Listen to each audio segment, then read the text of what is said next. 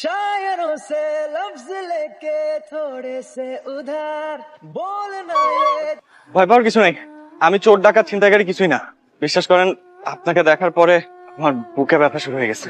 মানে এখন পর্যন্ত আমার জীবনে, মানে আমার লাইফে আমি যত মেয়ে দেখছি, আমার কোনোদিন ব্যথা হয় নাই। তাহলে আপনি ডাক্তার দেখান। এই ব্যথার মেডিসিন তো ডাক্তারের কাছে নাই, আপনার কাছে আছে। আরে আরে কি করছেন আপনি? আমি অয়ন, নাম্বারটা সেভ করে দিলাম। আপনার যদি কোনোদিন মনে হয় যে আপনি আমার ব্যথার মেডিসিন দিবেন, তাহলে আমাকে একটা ফোন দিন। আচ্ছা, ফোন দেওয়া লাগবে না, মিস কল দিন, আমি কল ব্যাক করবো।